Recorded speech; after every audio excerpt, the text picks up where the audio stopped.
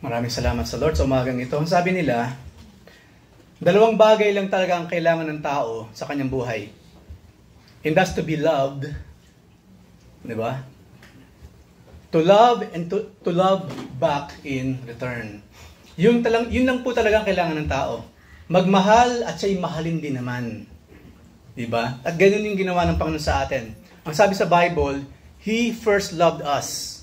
Kaya nagawa nating mahalin din naman ang ating Panginoon. Ang sabi nga sa Romans 5:8, na habang tayo ay nasasadlak sa lusak ng kasalanan at habang tayo naglulunoy doon pa nga ipinakita ng Panginoon yung kanyang pagmamahal sa atin. Ang tunay nga pong ating Panginoon ay proactive God. Hindi niya kinakailangan ng inspiration externally. Hindi niya kinakailangan yung paghipo externally para tayo ipiliin niyang mahalin. Ang pag-ibig po ng Diyos nanggaling sa loob, hindi nanggaling sa labas.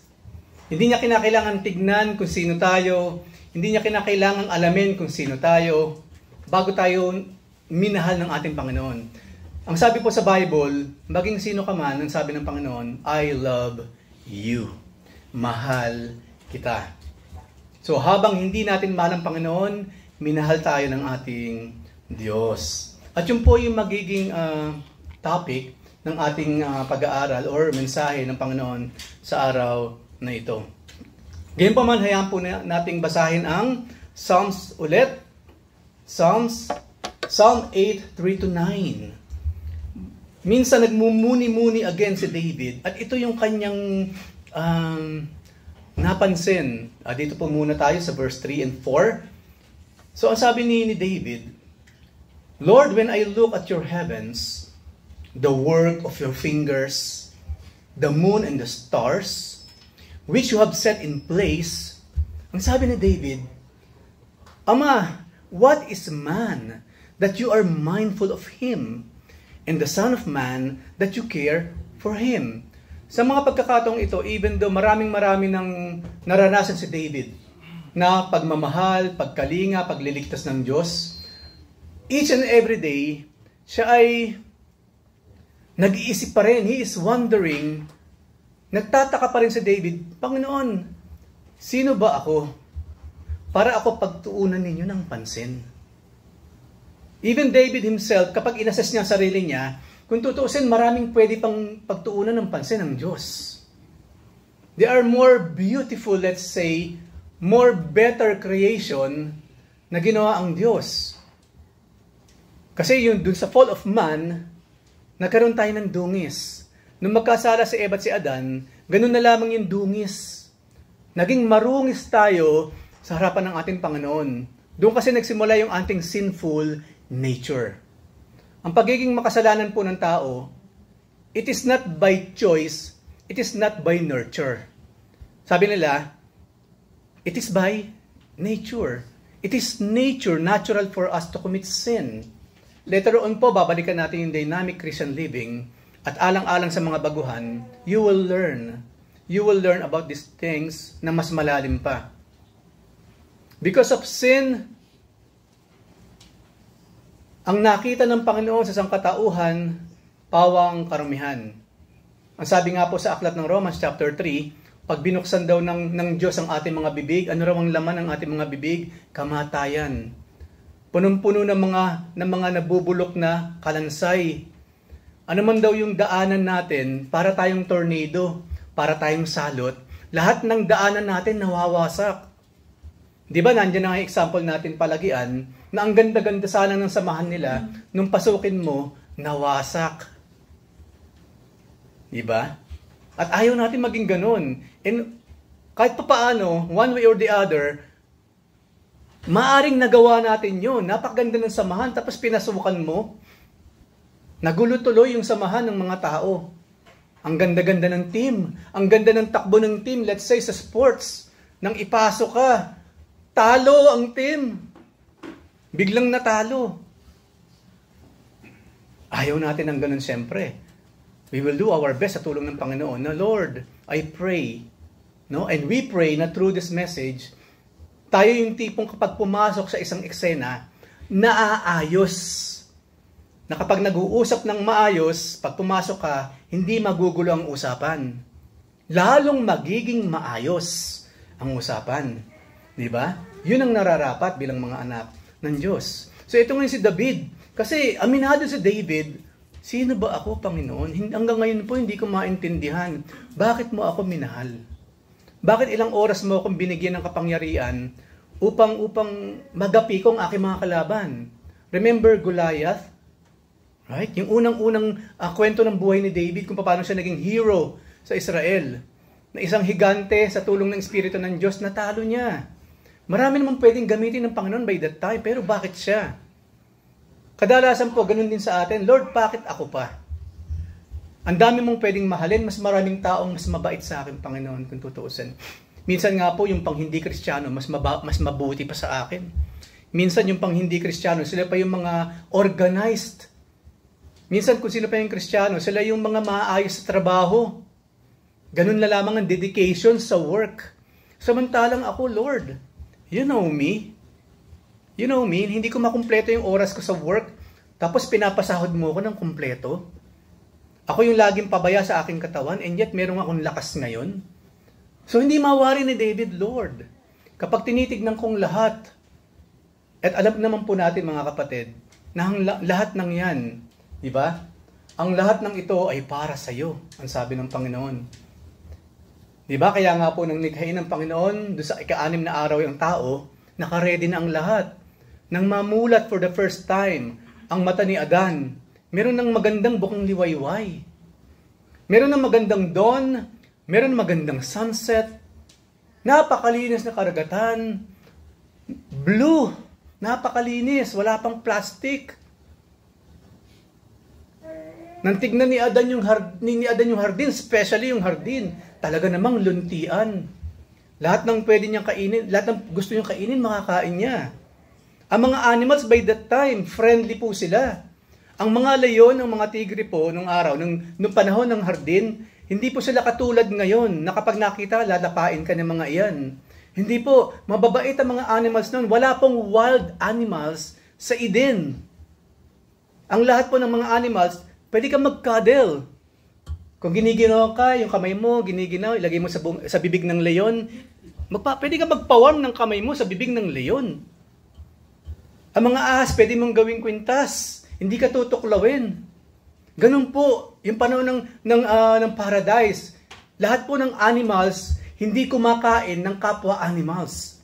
And you know what? Ang mga leon po noon, prutas sa kagulay ang kinakain.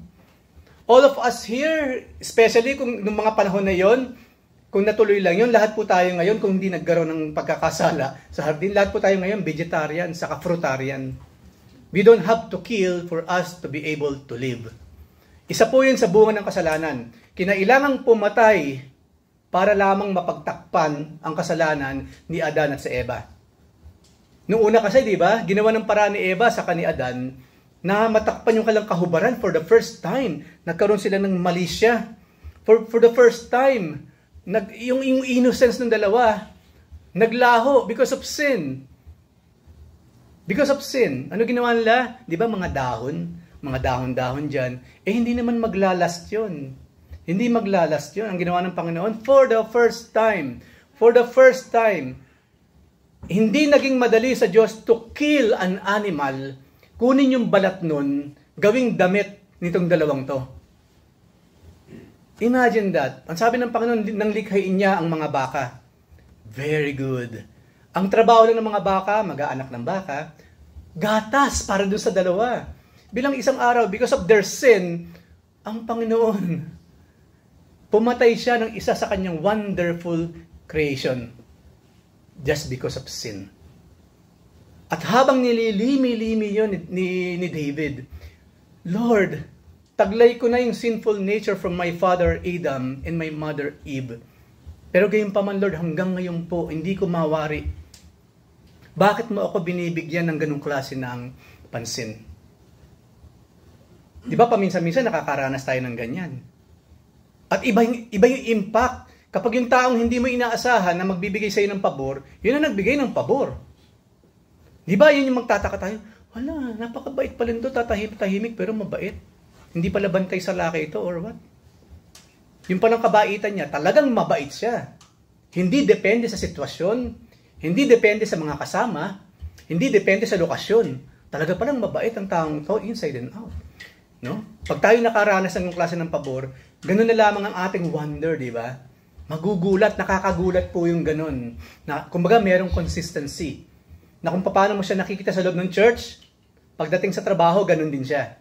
Pagdating kasama ng mga kaibigan, ganun din. Hindi nagbabago, consistent na Kristiyano. So, bantayan po natin yung mga sinasamahan natin, ha? Kasi one way or the other, gagawa ang Lord ng paraan upang makita, malaman natin kung sino ka sa labas. Kaya po nang sinabi ko, at least ngayon po, wala na tayong, na ba tawag dito? Surprise visitation sa mga accommodation, sa mga kwarto. Kasi po noon, ginagawa yan. Biglang darating na lamang yung mga pastor. Oh, nasa labas na kami, ha? Di ba day off mo, nasa labas kami. Ayan na, hindi malaman ang gagawin ko, gagawin sa kwarto ko or what. Yung mga poster, tanggalin mo yung mga poster. Naku, yung amoy, i-spray mo na lahat. Yung buong lata. Iba, meron tumatalsik biglang bulalakaw, di ba? True to life po yun. Nung biglang makita sa labas ng church, nung wala, huli ng lahat, nandiyan na. May tumatalsik na bulalakaw na ganun. Kaso halatado naman pag naamoy may hining eh. But, we do not judge. We do not judge. Yung action niya sa mga pagkakataong yun ay mismong judgment sa kanya. Kung hindi mali ang ginagawa mo, bakit nagkakandara pa ka para baguhin ang lahat? Pagsakay mo ng kotse, may lemon na. Lahat binuksan na. 5 mga lata ng car freshener. We do not judge. But your action and your conscience and the conviction of the Holy Spirit will be your judge. You're already judged bago pa yung tao na kinatatakutan mo. Diyos na muna, bago siya.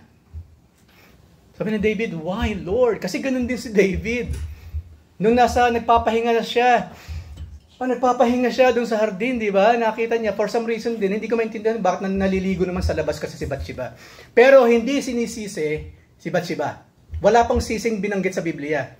At ikaw, Bathsheba, ba't ka naliligo sa labas? Nakita tuloy ng hari and so on and so forth. Wala po. Ang sole sinner sa eksenang yon, si David. Hindi na po yung inelaborate ng Biblia. Hindi na.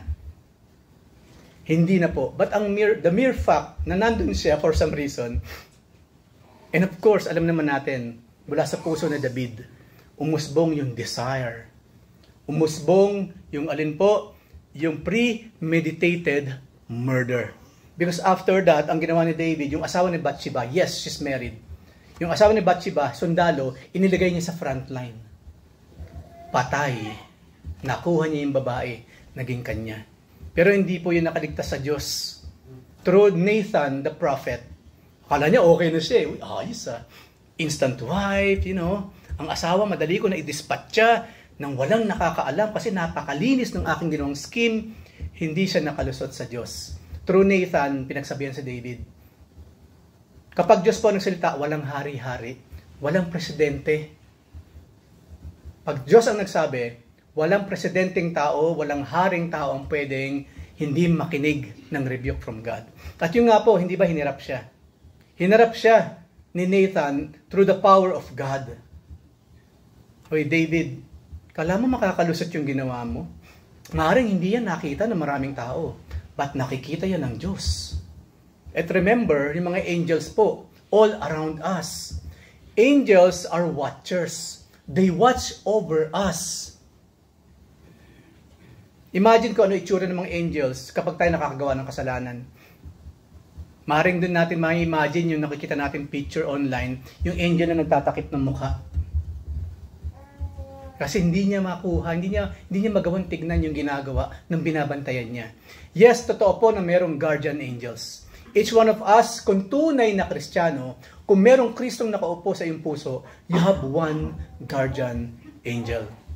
Siya yung laging nanonood sa lahat ng ginagawa mo, ginagawa natin, sa lahat ng sinasabi natin, sa lahat ng mga actions natin, sa anumang klase ng mga pagkakataon, kita po yun ng mga anghel.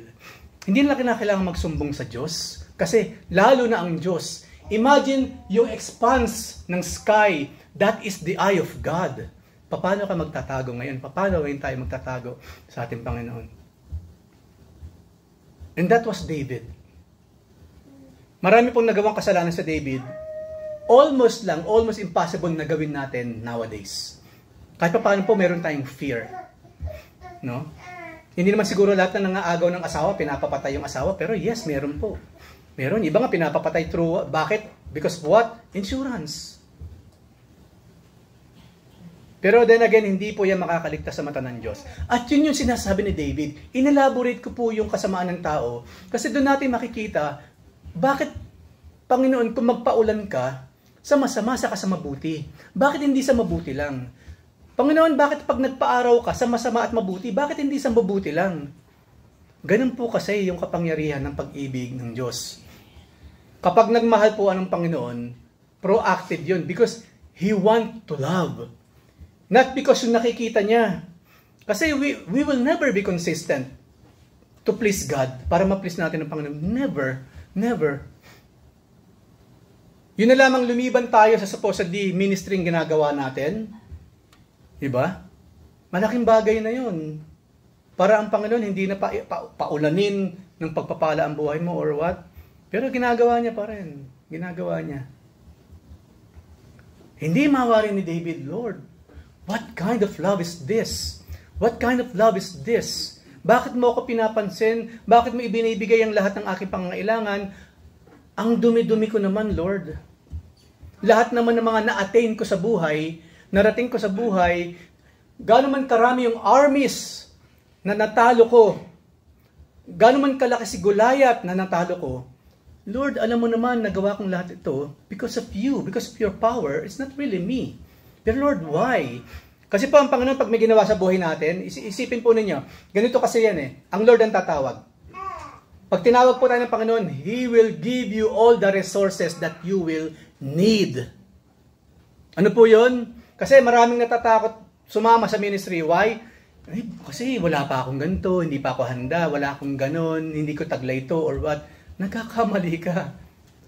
Walang tinawagan Diyos na meron ng bit-bit na kagamitan to serve God. Lahat ng tinawag niya, walang dalang pwedeng gamitin. Kasi lahat ng mga taong tatawagan ng Panginoon, ang unang gagawin ng Panginoon, iwan mong lahat yung dala mo. Remember Moses? Yung talino niya for 40 years sa Egypt, hindi na napakinabangan yon nung siya'y simulan uli ng Panginoon for another 40 years doon sa ilang. Wala siyang ginamit na talino from Egypt. Wala siyang ginamit na mga armas from Egypt. Hindi katulad na napapanood po natin sa mga Hollywood films na blasphemous. Totally zero po si Moses na magsimula. You know why? God don't need those things. Kung sino ka ngayon hanggang kahapon, hindi naman yan ang dahilan, hindi yan ang gagamitin ko for you. You will start from scratch. Huwag mong problemahin anong gagamitin mo. I will supply all of your needs. Yun po yung isa sa hindi naiisip ng mga Kristiyano na hinihirang na pumasok na ministry. Ay, hindi pa ako handa. Ay, nagkakasala pa ako. Eh, bakit? Sino bang hindi ganun? Isa lang naman hindi nagkasala, Diyos lang. At isang tao lang ang hindi nagkasala, and that is the man, Jesus Christ our Lord. The rest are sinners. The rest are sinners. God will supply all the time that we will need. God will supply all the treasures that we will need. God will supply all the talents that we will need to serve Him. Ang Diyos po hindi boss. Di ba minsan kadalasan nararanasan na sa trabaho, may papagawa yung boss mo. Okay, so asan po yung mga materials? Marami pong taong ganyan. Napaka-inhumane. Hindi sila leader, they are boss. What the world needs is leaders, not bosses. Pero marami po kasing boss lang. Bibigyan ka ng task, bahala ka. Eh, asan po yung pamasahe ko papunta doon? Bahala ka, may sahod ka naman, o mangutang ka, I don't care. Ang Lord po hindi ganun. Kapag tinawag tayo ng Panginoon, at kadalasan po ang pagtawag ng Panginoon, tao rin ang gagamitin niya para makumausap sa'yo. Pag tumawag ang Panginoon, I will supply lahat ng pangangailangan mo. Kung tutusin, hindi na niya ihanda kasi nakahanda ng lahat yun. Everything that we need from birth hanggang sa tayo mamatay, nakaredy na po lahat. Because our God is a very, very responsible God. All you have to do is what? To heed. Pakinggan ang panawagan ng Panginoon. At panghawakan yung sinasabi niya, kung ano man meron siya, hindi yung sa atin. Kasi kung sa atin po, walang mangyayari. Yung lakas, hindi tayo pwedeng manangan sa lakas natin habang tayo nagsisilbi sa Panginoon. Bigyan ko yung example kapag sariling lakas lang natin ginagamit natin sa pagmiministry sa Panginoon. Kapag lakas mo lang ginagamit mo, madali kang tatamarin. Pag lakas lang natin ang gagamitin natin, madali tayo magsasawa sa ministry. Kung lakas lang ang ginagamit natin, hindi yung lakas ng Panginoon, it's so easy for us na mawala na lang sa mga pagkakataong kailangan tayo. Hindi lamang yun. Kung talagang lakas lang natin ang gagamitin natin, yun yung time na, yung bang feeling, luoy na ako, wala na akong lakas na maibubuga pa sa paninilbihan ko sa Panginoon. Because we are using just our strength. Ang sabi sa Bible po, yung lakas sa Diyos dapat nanggagaling. So, this is just a segue, reminder to all of us. Kapag tayo po sa ministry, nagsisimula na tayong dating mainit, malamig ka na ngayon, lakas mo na ginagamit mo. Kapag dati marami kang time sa Panginoon, ngayon hindi na, at you have many, many reasons, lakas mo na ginagamit mo, hindi sa Panginoon. Kapag sa iba mo na ginagamit ng talent mo, hindi specific, special sa Diyos, ibang talent na yan, personal na talent mo na lang, hindi na galing sa Diyos yan. Yung lakas na galing sa Panginoon, yung mga supplies na galing sa Panginoon, it will last forever.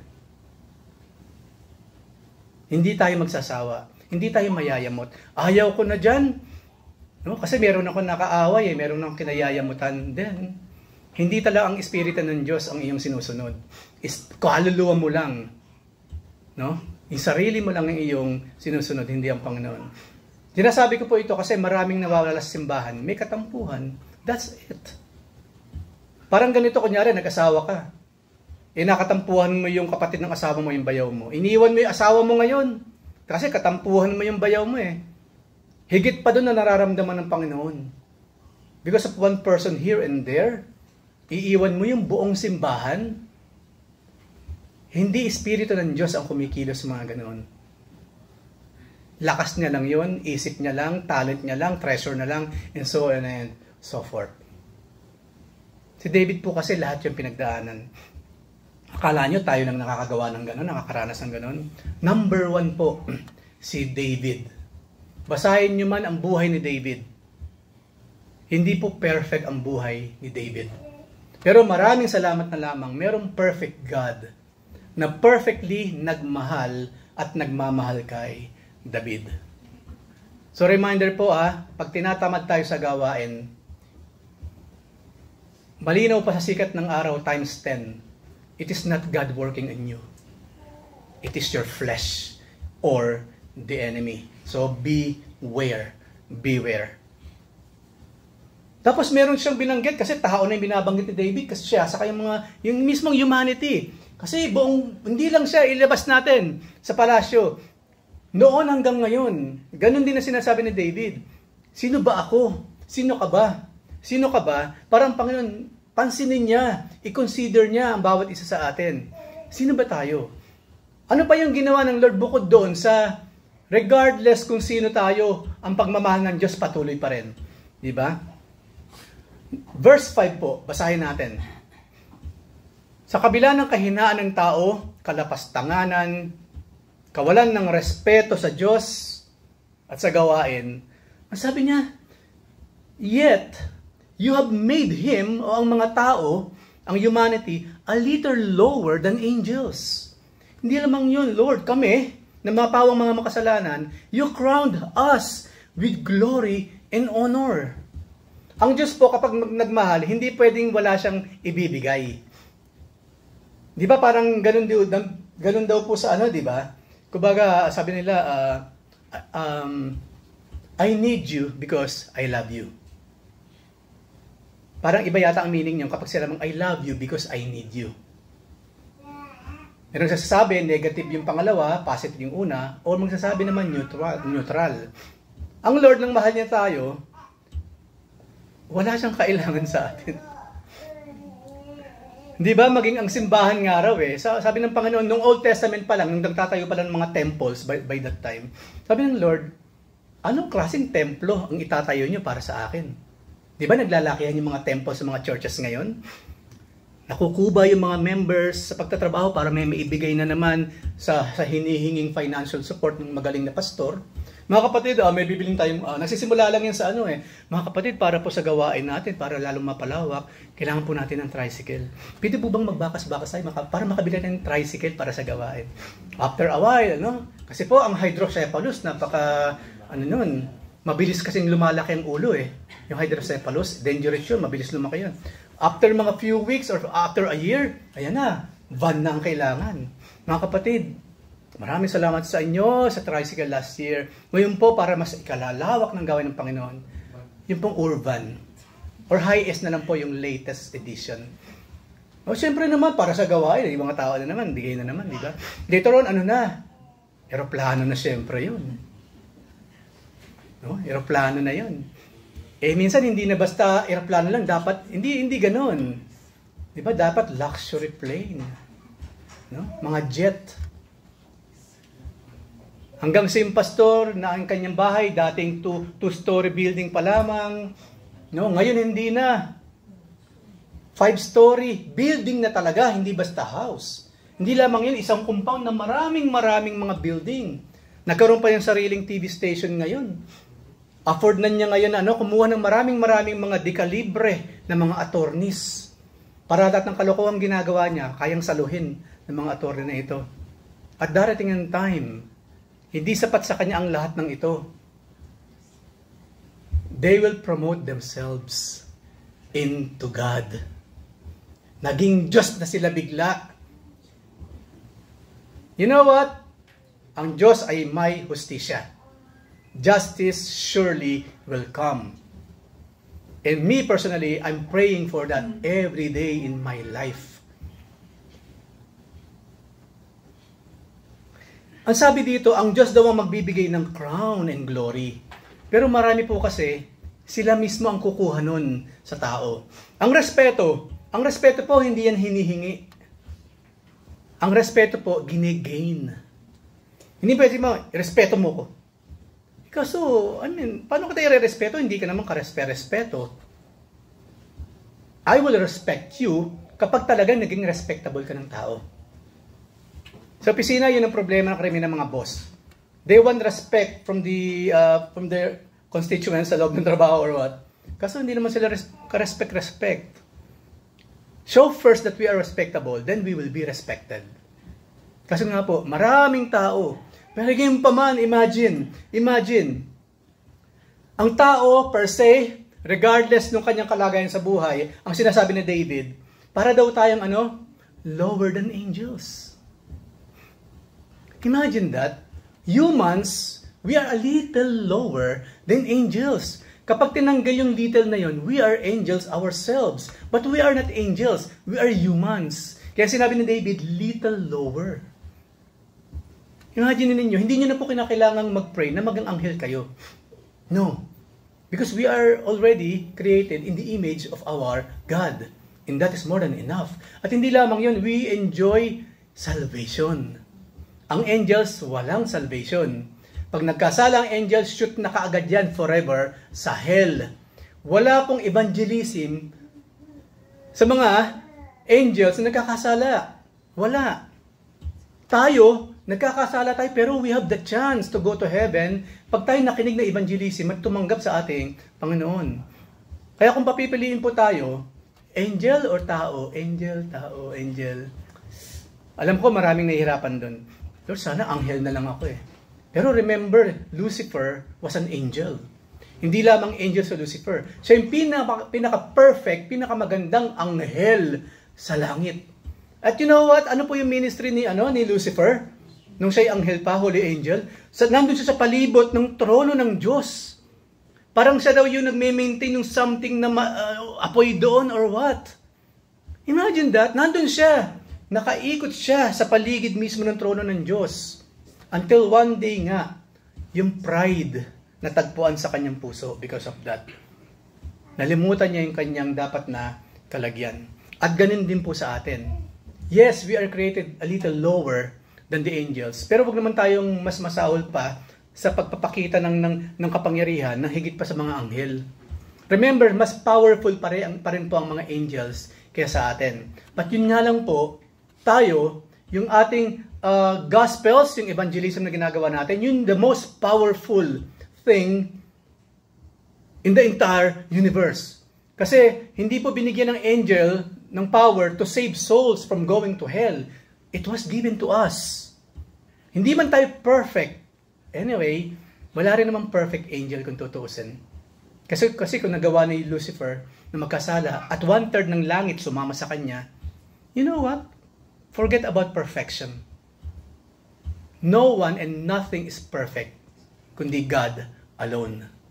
And you know what? One day, sa piling ng Panginoon, we will be glorified. We will be glorified. At doon natin mararanasan fully yung sinasabi dito na He will crown us, no? He will crown us with glory and with honor. So yung pong honor, panatilihin po natin. Kailangan po i-honor natin ang ating mga pangalan. Right? Gusto ba natin yung mga pangalan natin pag nabanggit? Pweh! Di ba may mga ganun, pag nabanggit yung pangalan mo, dumudura eh. Ibig sabihin, walang karespeto akong ibibigay sa taong yan. Sa kanyang pag-uugali. Sa kanyang mga ginagawa. Born again pa, tapos ganyan. Yung pong honor, ngayon kasi hindi na masyado nababanggit yan eh. Oh, pupunta ka dyan. Yung honor mo ha? Kailan natin huli nagamit yun sa mga tao around us? Oh, balita ako, mawawala ka sa Friday at meron kang pupuntahan. Yung honor mo ha? Yung kalinisan ng pangalan mo, ingatan mo ha? Kailan pa nabanggit yung mga ganyang klase ng mga salita? Wala na, di ba? Wala na. Hanggang ingat ha, ingat. Pero yung yung pangalan mo, yung kalinisan ng pangalan mo ha? Panatilihin mo even though you will go to that place. At sasama ka sa mga taong yan. O sa mga ginagawa mo, yung honor ha, panatilihin mo yung honor mo. Yung honor itself, the word honor itself, halos wala na rin yan sa vocabulary ng tao nowadays. But still, God loves us so much na tayo humihinga pa sa mga sandaling ito. So, alalahanin po natin, we are a little lower than the angels. Idagdag nyo yan sa lahat ng naging idinulot ng ating Panginoon sa atin because God loves us so much. Hindi lamang yun. Siyempre, merong ministry. Merong gawain siyempre ang tao na likha ng Panginoon. Hindi po nilikha ng Panginoon ng tao para walang ginagawa. There's no such thing. So sabi sa verse 6 po, basahin natin verse 6 hanggang 8. Ito pa yung binigay ng Diyos kay Adan at kay Eva sa humanity itself. Sabi ni David, Father, you have given him or them dominion over the works of your hands.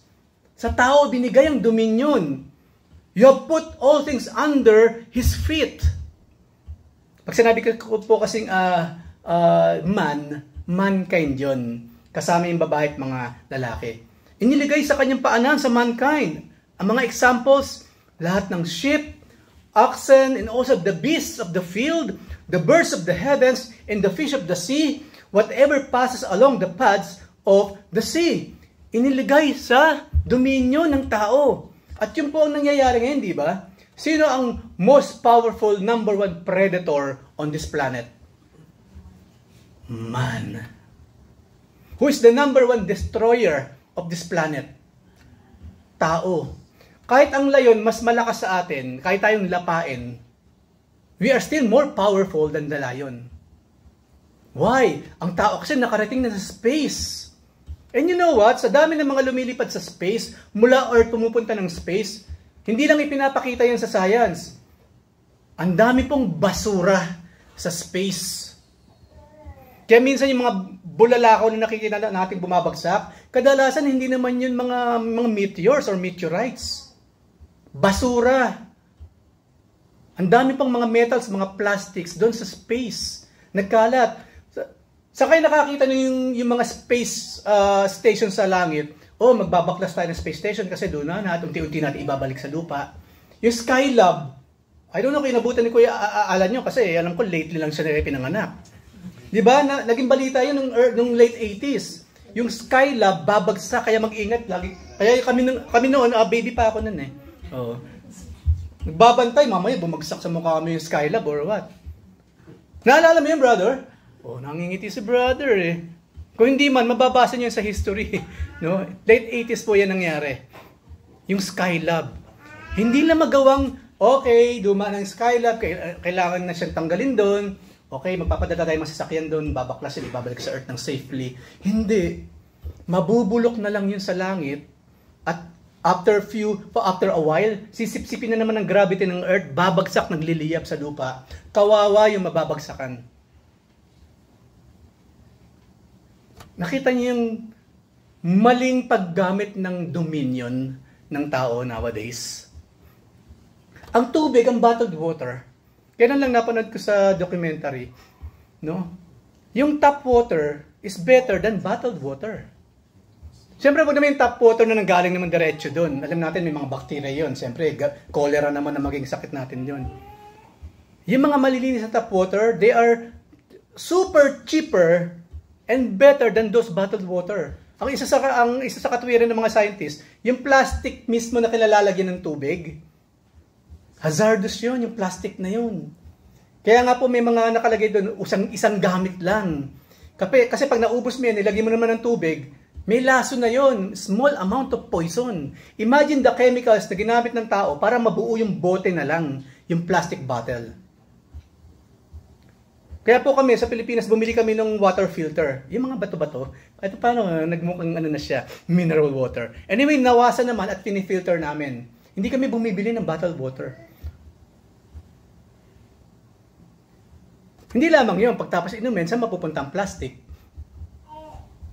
Sa tiyan ng mga isda. Alam niyo po ba, pag nanood kayo ng mga environmental, mga documentary, ang mga isda po nangangamatay, nang buksan nila ang tiyan, puro plastic ang laman ng tiyan. Sinisira ng tao yung natural habitat nila, pati yung kinakain nila, wasak or tumatakbo sa mas malayo. Ano kakainin nila? Basura. Yun yung klase ng dominion naman na ginagawa ng mga tao ngayon. Hindi po masosolve, I'm telling you, yung problema natin sa basura. Hindi. Kaya tama lang mga kapatid, for me lang po ito ha, tama lang na dumating yung end of the world. Kasi pag nagpatuloy yan, kapag tinignan mo sa malayo yung blue planet, basura planet na yan, magiging brown na. And it's happening very, very fast. Kaya kailan po, di ba, nabalitaan natin na yung ibang bansa nagpapadala ng basura sa Pilipinas? Naalala niyo po ba? Nanonood po ba tayong balita? Nangyari yan few years ago. Nang buksan yung mga containers na kalalaki, ang daming containers na malalaki, nang buksan, basura pala laman nun. Ginagawang tapunan ng basura ang Pilipinas. Imagine this. Doon ngayon dinala ng tao yung dominion over everything na ibinigay sa kanya ng Diyos. But tayo, iilan lang ang mga Kristiyano around the world. Huwag na lang tayong maging kaisa sa kanila. Malaki na po ang magagawa natin. Tama lang, huwag na tayong magreklamo kung sa Pilipinas, papel na yung ginagamit na lalagyanan ng mga grocery. Huwag na natin sungitan yon. Bakit papel? Dati plastic ah. Come on. Ang mundo natin, puro basura na. Kaya ginawa nila yan, para nga eco-friendly. Yun na lang ang magagawa natin. Tangkilikin natin yung mga eco-friendly na mga products. Dati naman talaga, papel lang eh. Yung pandesal, di ba, sa papel na nakalagay yan? Naalala niyo yung manipis na brown paper? Napakahusay ng tao nung unang panahon bago itong generation na ito. Ngayon, di ba, lahat plastic. Pag tinapon po yan, hindi natutunaw. Pag bumili ka naman ng biodegradable na plastic, napakamahal naman. Para lang sinabing, bumalik ka na lang sa normal plastic. So, yung dominion, ibinigay ng Panginoon sa atin, pero the way na hinahandle siya ng tao, hindi maganda. Ang mga animals, sa palagay ninyo, bakit nagkaroon ng COVID? Sumulpot lang ba yung COVID bigla? Bakit nagkaroon ng HIV? Sumulpot lang ba ng bigla yung mga sakit na yan? Hindi. Dahil sa karumihan ng tao, nagkaroon ng ganyang mga modern day na napakahirap na gamutin na klase ng mga sakit. Cancer. Everybody knows ang cancer po, modern sickness, modern disease. The most that we can do para hindi tayo magka-cancer, sabi nga nila, meron na tayong built-in cancer na sa loob, para hindi pa lumalayan, then, wag na tayo mag-intake ng mga cancerous na mga pagkain. Alam naman po siguro natin kung ano yung mga pagkain, pag kinain mo ng kinain, magkaka-cancer tayo, di ba? Yung mga nagba-barbecue, wag naman yung sunog ang kainin natin. Tanggalin natin yung mga sunog. Kasi po hindi kinakain yung ganun. Cancer po ang kalalabasan natin dyan. Maraming salamat sa nagba-barbecue. Pero yung mga parting nakita na nating sunog na nga, di okay pa rin to. Saw-saw-suka lang naman yan. Opo, cancerous yun. Yung too much junk food, cancerous din po yan. Marami, even the air that we breathe. Lalo na kung nasa tabi tayo ng mga sangkaterbang mga factories, hindi lamang cancer. Magkakaroon yung mga taong nakatira doon sa area na yun. Marami pang iba. Yun ang dominion ngayon. Paggaharing ginagawa ng tao sa natural resources na ibinigay ng Diyos sa kanila. Bakit nagde-decline? Yung mga whales nagkakamatayan na rin. Maraming isda nag-extinct na. No, you know what? Walang makain. Walang makain. Kasi bakit silang wala makain? Kinakain ng tao Overfishing, over-farming, lahat over. Lahat po kasi over ang ginagawa ng tao. Yung ngayong mga kawawang, mga nilikhang iyan ng Diyos na supposedly iniingatan natin, nangangamatay ng lahat. Marami na pong naging extinct sa panahon natin. At each and every day, maraming extinctions pa ng mga living things or animals ang nawawala each and every day. So imagine this. Perfect ang universe, perfect ang earth na ibigay ng Panginoon sa tao, pero after a while, na ibigay sa atin, ano ginawa natin sa lahat ng ito? And yet, God loves us so much. Napaka-powerful ng pag-ibig ng Diyos na sa kabila ng lahat, hindi niya isinusumbat sa atin ang mga ito. But we must be aware of it. Because biblical po ang pangangalaga sa katawan, biblical ang pangangalaga sa ating environment, biblical ang mga iyan, yung ating mga pinag-usapan. So, ang sabi ni David ngayon, dahil nga sa kabutihan ng Diyos, sa kabila ng lagi tayong pumapalpak sa lahat ng ibinibigay sa atin ng Panginoon, no? Ano sabi ni David? Verse 9, Lord, how majestic! O Lord, our Lord, how majestic is your name in all the earth. This is in the light ng pag-ibig ng Diyos. At ang resulta ng pag-ibig ng Diyos, lahat ngayon ng mga tinatamasa nating magagandang mga bagay. That is because of the love of our God sa atin. Kaya kung may trabaho tayo, ang Diyos ang nagbigay niyan, pag-igihin natin ang pagtatrabaho. Huwag tayong reklamador. Ako, simple lang naman Kung talagang hindi mo na kaya dyan, marami kang reklamo at nagkakasakit ka na kamo sa puso because of that, di mag-resign ka na. Ganun lang naman yun Hindi mo na kamo kaya, nagkakasakit ka na, mukhang ito na kamamatay mo, itong trabaho mo to, ba't hindi ka pa umaalis? Pero hindi naman tayo alis, right? Kasi kailangan pa natin So, itigil yung mga ganyang klase ng clamoring. Magpalinis tayo sa Panginoon, Lord. Hindi ko namamalayan, Lord, but now I realize, nega na ako, Lord. Lahat na lang po negative sa akin. Yun po yung kahalagahan ng quiet time. Doon kasi masasabi ng Panginoon yung mga bagay na yan. Ano mo anak, I love you so much. Ang dami ko na ibigay sa'yo, ibibigay pa. Kaya lang nega ka anak. Imbis na appreciation, imbis na pagpapasalamat, hindi ba kahit yung sahod mo, nirereklamo naman na rin? Right? Kapag tayo po humantong sa ganong pagkakataon, even yung sinasahod natin, hindi na tayo thankful. Kapatid, hindi yung kasalanan ng Diyos. Hindi yung kasalanan ng kumpanya. Ang may problema, tayo na yun mga kapatid. Kasi yung pagkakaroon ng thankful heart, appreciative heart, it is from within. Hindi kasi external yun. Yung pagiging thankful, pagiging appreciative, nanggagaling po sa loob yun. That is something internal na nagiging external lumalabas. Hindi sa yung klase ng external pumapasok sa nagiging internal. Hindi po. Yung kalagayan po ng puso, lagi nanggagaling sa loob yun, sa kaibuturan. So, think again. Think again. Kung talagang hindi mo na matiis, then the choice is yours, resign. Pero pat hindi ka pa rin nagre-resign after 20 years, kailangan mo kasi enjoy it na lang. Magkaroon tayo ng tamang pananaw sa buhay. If you cannot change them, change yourself. Because this is the world that we live in. Wala na ibang planet Earth, kundi ito lang. Hindi, kuya, palagay ko pag napunta ka sa lugar na ito, magiging better. Oh yeah? Oh yeah? Bakit yung mga nasa lugar na yun, pupunta rin sa ibang lugar? Right? Bakit yung mga nasa West, pumupunta ng Pilipinas at doon sila tumitira, retirement? Ba't ang sasaya nila nung tumira sa Pilipinas? So think again, bago tayo mga tuwiran sa Diyos, bago tayo mga tuwiran sa lahat, think thoroughly about this thing. Ang sabi ng Panginoon, the blessing is already with you. It's already with us. It's already ours. Ang kinakailangan na lamang, ano yung dapat natin gawin for those blessings naman talaga, bumukas ang langit at masalo natin isa-isa on perfect timing and on perfect place. Sabi nga again sa Book of Deuteronomy, whether you're in the city or in the barrio, I will be with you. Dala mo ang pagpapala, hindi mo dadatnan doon ang pagpapala, ikaw mismo ang pagpapala pagdating mo sa lugar na yon, and through you, through us, mapagpapala yung maraming tao sa lugar na yan. Kaya noon po ang perspective ko po sa mga Kristiyanong nag-abroad, pumupunta sa West or anywhere. Ano mo sinasabi ko lagi? Mapalad yung mga bansang pupuntahan ninyo. Kasi yung dala yung blessings, mai-share nyo sa Canada, mai-share nyo sa France, mai-share nyo Timbuktu or kahit saan kayo magpunta kasi we have the blessings. No? We have the blessings. Tayo ang gagamitin ng Panginoon para ma-bless yung mga lugar na yan. So, kahit pa paano, limi-limiin po natin ito. Sabi nga po sa Romans chapter 12, mag-iba na tayo ng isip.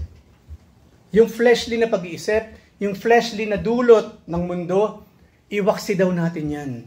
Let's start anew. Mag-start tayo sa scripture. At magiging tama ang lahat ng ating kaisipan. At kapag tama ang ating puso, tama ang ating isip, magiging tama rin lahat ang nakasurround sa atin.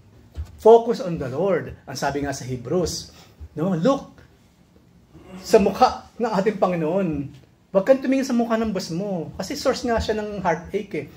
Look unto Jesus, the author and the finisher of our faith. Yun, paulit-ulit. Mga lumang verses na yan, pero laging bago. Lagi natin kailangan sa bawat araw. And lastly po, yung po kasing sa Psalms, siya po inilapat din sa ating Panginoong Jesucristo.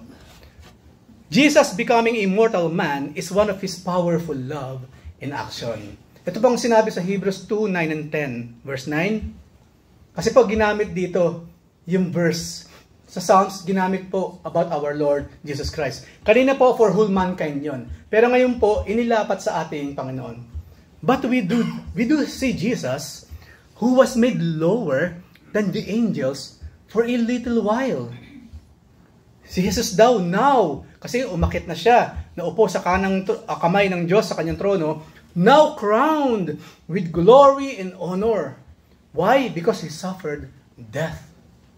So that by the grace of God, He might taste death for everyone. Hindi ko na ito masyadong i-elaborate, pero ang gusto ko pong pag-usapan natin, death, ibig sabihin, ang kapamaraanan pala para tayo magkaroon ng magandang buhay, maranasan natin yung glory and honor, kailangan nating mamatay.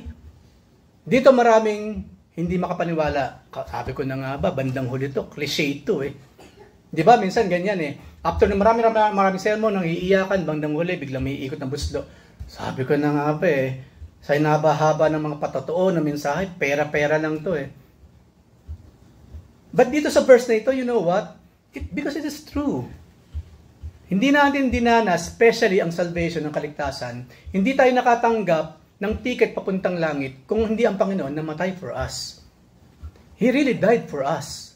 Ngayon ang tanong natin, kung ang Panginoon nakuha niya yung honor, yung glory ng siya'y mamatay, I mean, paano ako? Paano tayo? Paano natin makukuha yon in our lifetime here on this planet? Ang sinasabi rin naman sa Biblia, na klase ng death. No? Isa-isang mamatay sa buhay natin, yung mga bagay na nagdudulot, di ba? Yung nga ng eternal punishment or death. Halimbawa, ang sabi sa Biblia po, for the wages of sin is death. So, get rid of sin. Ayaw nating mamatay spiritually, then don't commit sin. Iwasan. Iwasan. I know. Kuya, Pastor, parang napaka-wishful thinking naman na sabihin mo na wag na tayo magkakasala. Kasi even you yourself, sinabi mo naman, near impossible talaga tayo hindi magkasala while here in the flesh. Yes, totoo po yun, while here. Pero, we must gawin natin ng lahat not to do it again. Yun po yung sinasabi sa aklat ng 1 John. Ang tunay daw na anak ng Diyos, hindi nagkakasala. May maraming sasabi, hindi na ako pwede maging anak ng Diyos. Lagi naman ako nagkakasala. Actually, meron pa ako inaayos ngayon na bunga ng kasalanan ko eh. Kaya magulo pa rin ang buhay ko. Hindi pa rin ako ligtas kung gano'n. No. Kasi may confession, right? We must confess our sins to the Lord. We must confess at ibibigay niyo yung kinakailangan nating karampatang healing or kalinisan. And mararanasan natin muli yung bunga ng kaligtasan. And that is a very, very blessed life. Regardless of all this na nangyayari sa mundong ito. Yung pong sinasabi, patayin natin yung bawat members ng ating katawan. Gawin silang imbalido sa paggawa ng kasalanan. Halimbawa, kung ang matang ito, ang reason kung bakit tayo nagkakasala, yes, gumamit ng extreme na panalita ng Panginoon, na kung ang mata ninyo, ang nagiging dahilan, kung kayo nagkakasala, dukutin ninyo at itapon ninyo sa apoy. Di ba? Kung marumay yung utak ninyo, at yun ang nagdudulot sa inyo sa kamatayan, tanggalin yung utak ninyo sa bungo, itapon ninyo sa apoy. Kung ililiteral natin yun, ganun lahat yun.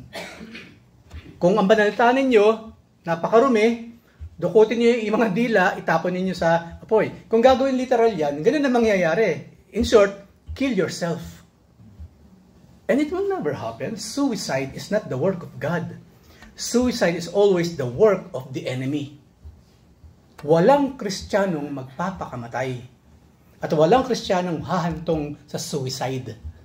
Why? Because of the power, the ever-presence ng banal na Espiritu. God will stop us from doing such sin. Okay? So, hindi ko sinasabi to baka meron sa inyo kasing gusto magpakamatay, kasi, iniwan, dumped, or what. No, don't do that. I'm telling you, ang tunay na Kristiyanong pinamamahay ni Kristo, hindi mauuwi sa suicide. It's the other persons. It's the other person. So, anong sinasabi ng Panginoon dito? Simple nga lang naman eh. Kung alam mo namang yung matang yan, kung saan tumitingin, at to the point yan tuloy nagkakasala ka, stop it. Alam mo naman palang pag tumingin ka dito, natetempt na tayo, meron na nabubuong passion, nag-iinit ka na sa loob, then stop it. Hintayin ba nating dukutin natin ang mata natin? Or, hayaan mong nandyan sa loob ng eye socket yung mata, at wag mo na lang tignan yung mga bagay na alam mo naman mahina, nagbibigay sa atin ng kahinaan, at sa lahat pa po ng mga iba't ibang parte ng ating katawan. Through the power of the Holy Spirit, cut it out.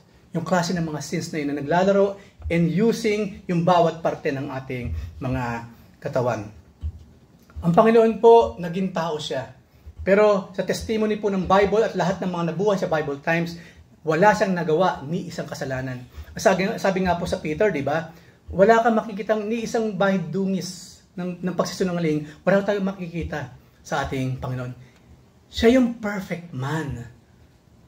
Kung napaka-imperfect nating lahat through Adam and Eve, si Jesus Christ, the second Adam, He is the perfect man na siyang nagligtas sa atin ngayon. I cannot save you. Even those evangelists cannot save you. Only the Lord can save. Kasi siya lang yung perfect. Hindi nagkasala. Kaya nga po sinabi sa aklat ng Hebrew, dumating na yung time. Hindi po natin kailangan yung dugo ng hayop para maghugas sa dugo natin sa ating mga kasalanan. Ang sabi nga naman, ginamitan ng common sense nung author ng Hebrew, paano magiging panlinis ng dugo ng tao? Yung dugo ng hayop. Kanino bang dugo ang mas malinis? Kanila o sa atin? Kaninong dugo ba yung premium, yung royal? Sa atin yun, hindi kanila. Kaya nga po sa New Testament, it is the blood of the Lord. Once and for all, isang sacrifice na lamang kinakailangan. And that is the blood of the Lord to cleanse all of our sins and filth forever hanggang makarating tayo doon sa kanyang piling. So yun po yun, little lower than angel, but tao, pero perfect because this Jesus Christ is our God and our Master, our leader, and our Lord. He was 100% God, nagkatawang tao, naging 100% man upang maibuhos niya ang kanyang dugo sa bawat isa sa atin. So dito po, nabawi. Yung curse sa ating lahat, nabawi yan. Nawala because of doon sa sa pagmamahal again ng ating Panginoon who offered Himself as a sacrifice for our sins. And verse 10, ano nga ginawa ng Panginoon? In bringing many sons and daughters to glory. And that is the Lord Jesus Christ alone. Hindi natin kaya, pero kaya niya. So, dinala tayo ng Panginoon, yung kanyang mga sons and daughters, to glory. It was fitting that God, from whom and through whom everything exists, should make the founder of their salvation, and that is the Lord Jesus Christ, perfect through what He suffered. Kaya po, mahalagang mag-suffer ang Lord. Hindi po naging natural na reaction lamang ng tao yung kanilang galit sa Panginoon to the point siya sinasaktan. Pero kasama po yun yung plano ng Diyos. You must suffer. Nang ipadala ng Panginoon ng kanyang anak, ang Lord Jesus Christ, the second person of the Holy Trinity, you will go there, you will suffer, and you will die. That is the whole plan. Kasi po, mahalaga yung suffering. Kasi lahat ng suffering ng Panginoon, yun yung suffering nating lahat. Kinuha niyang lahat. Yung kasalanan nating lahat, iniligay sa balikat ng ating Panginoon, doon sa kanyang krus. Diba? Sabi ng Panginoon, if you want to follow me, deny yourself. Take up your cross daily and follow me. And you know what? Nang tayo sumunod sa Panginoon, na isuko na natin sa kanyang lahat po yan napako na sa kanyang krus. Kaya yung pong mga suffering na dinadanas natin ngayon, mga kapatid, yan na lang po yung mga katiting na suffering. Kasi po yung mga major suffering na supposedly nararanasan natin ngayon, inako na po yun ng Panginoon. Always remember of that. Kung tayo binubuli, kapag tayo binubuli na kasama natin sa trabaho, binubuli ng mundo, remember, bago ka pa, si Jesus muna ang binuli ng lahat. Bago siya dumating, binubuli na siya. Nung maging tao siya, binubuli siya. Hanggang ngayon nakaalis ng Panginoon, hanggang ngayon po binubuli ang ating Panginoon. But that doesn't change any plan na meron ang Diyos sa atin. So kung meron sa atin dito nakakaranas ng bullying, huwag niyo yung gawing makapangyarihan ng bullying. Mas makapangyarihan ang Diyos mo sa mga bullies. Be strong, be courageous. Kung may mga bully around, ang Panginoon, iniligtas na tayo sa mga iyan. We have now the power to resist bullying. Hindi natin kinakailangan makipag-usuntukan, makipag-away. Let them be. Ang Panginoon ang bahala sa kanila. Huwag natin hayaang mabago ang ating mga magagandang plano because someone is bullying us. Kasi pag tayo nagpasailalim sa mga bullies, naging tagumpay sila. Remember that. Matira matibay sa mundong ito. At sino ba yung matibay na pinag-uusapan natin? Us. Mga anak ng Diyos. Mga taong papuntang langit. Mga taong nilikha sa wangis ng ating Panginoon. So ulitin ko po, kung merong bully sa atin, itigil ninyo ang pangbubuli ninyo. Hindi yan gawain ng tunay na Kristiyano. Sa mga binubuli naman, huwag kayong magpapatalo sa kanila. Because God is against them and God is for you. Ang Diyos ang kakampi natin kung ang buong mundo is against us. Greater is He who is in us than he who is in the world.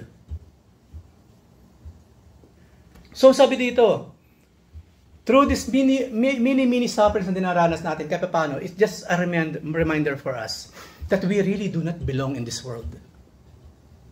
Kaya po tayo nakakaranas ng iba't ibang klase ng suffering sa buhay. Isa lang ibig sabihin nun, we do not belong on this planet. It's about time today, maalala natin, we are just pilgrims. Dumadaan lang po tayo sa planet Earth. At hindi tayo titigil dyan. And then after Earth, we will go straight to heaven. Titira tayo sa bahay ng Ama. We will be with the Lord forever. Lahat ng mga yun na nagdudulot sa ating suffering, kung hindi sila magbabago at susunod kay Kristo, they will remain on earth and ultimately they will go to hell. So remember that. Kaya nga sabi ng Panginoon, huwag mong ilaga ang kayamanan mo sa mundo. Kasi one day you will die, your sons will die, your daughters will die, mga apo mo mamamatay, hanggang kaapo-apuhan mo, hanggang doon, after 2,000 years, all of them will die. Always remember this an eternal place na talagang sa'yo. And that is with me. In my Father's house are many rooms. Iahanda ko na silang lahat, ang mga kwartong yan, nang sa ganun, kapag dumating ang time, kung saan man ako naroon ka rin. Do our best habang tayo po nasa earth. Number 1, for the Lord. Number 2, kung sino man yung pinagsisilbihan natin, they deserve our best. Maging sino man sila. Because ang trabaho natin, binigay din ng Panginoon. At sinabi naman po sa aklat ng Colossians, whatever we do, do it for the Lord. Hindi para sa boss mo yan.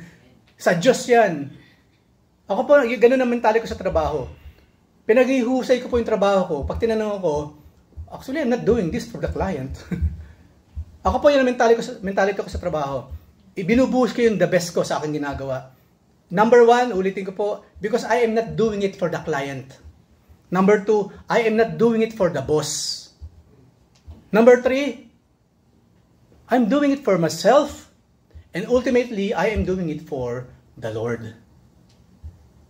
So, inaapi man tayo sa trabaho, paghusayin pa rin ang mga trabahong yan. For the Lord.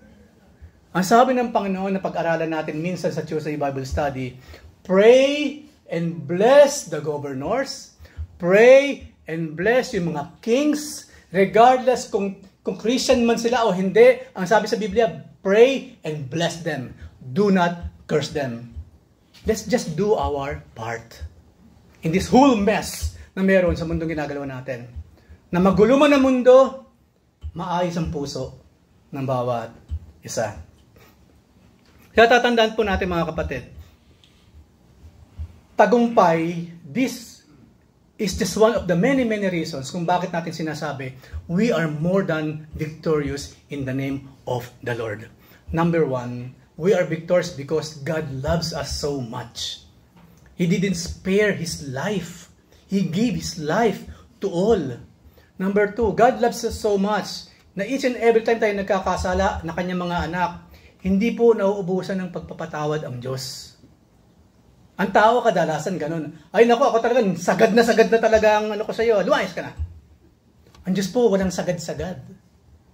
Merong araw ng paghukom, yes. Merong araw na magugunaw ang mundo, yes. Pero hanggat hindi pa dumarating yan, ang kapatawaran po ng Diyos laging nakalaan. So maglimi-limi po tayo. The most that we can do, sa lahat po ng kabutihan ng Diyos, sa tuwing nakikita natin ang buong sanlibutan, sa lahat ng mga tinatangkilik natin under sa ating stewardship, tignan natin lahat yon. Ang tangi natin pwede isukli sa Panginoon, what? Love. Mahalin din natin ang Panginoon with all of our strength, with all of our soul, all our might. Yun po yung hinihingi na bang kapalit ng Panginoon. I love you. There is only one thing that I want you to do to me. Love me back. So ano man ang ginagawa natin ngayon, especially kung tayo po'y matagal ng Kristiyano, may hinahawakan tayong mga ministries, do it!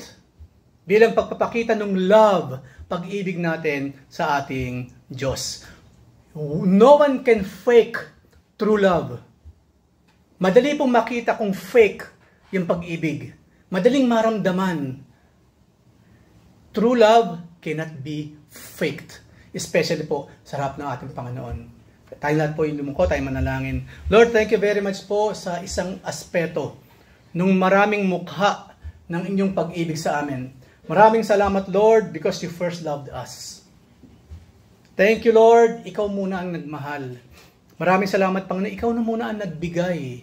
Ikaw na muna ang nag-alay. Ikaw na muna ang nasaktan.